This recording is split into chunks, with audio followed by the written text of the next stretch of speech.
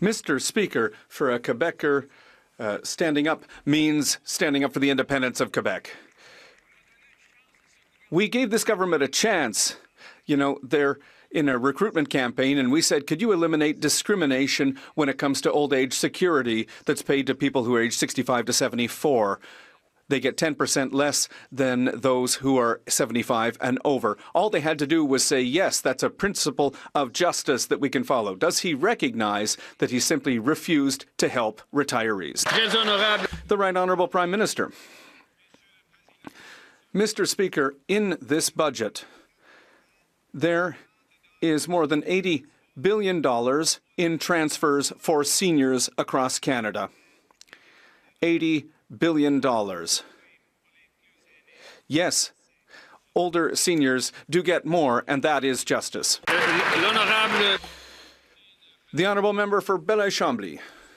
Well, he didn't read his notes, he didn't read his budget. A second chance. We suggested to the government, you know, it's one thing to build homes, but young people have to be able to afford to buy them. And we said to the government there should be a privileged access system to credit for young families who are buying a first home so that somebody can buy those first homes. The government refused that. Will the Prime Minister confirm that he refused to help young people buy a first home with access to credit? The Right Honourable Prime Minister. Mr. Speaker, yes, there is an advantage for young people who are buying their first home, and that is justice. And that's on top of the big investments that we're making in housing. The Honourable Member for Belleuil-Chambly.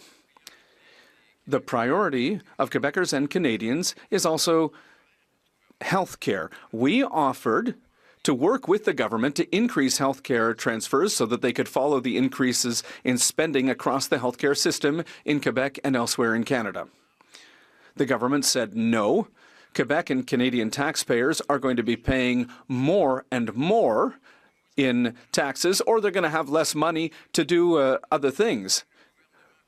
Will the government confirm that it refuses to increase the health transfers so that they can follow the increased costs on the systems? The Right Honourable Prime Minister. Mr. Speaker, I have good news. Good news for Quebec. $12 billion in transfers for health care and $5 billion for infrastructure, for health care infrastructure in this budget. And there's $4 billion for Hydro-Quebec. There's the port in Contrecoeur. There's the second dock in Saguenay. And $500 million for culture, particularly for cultural institutions in Quebec.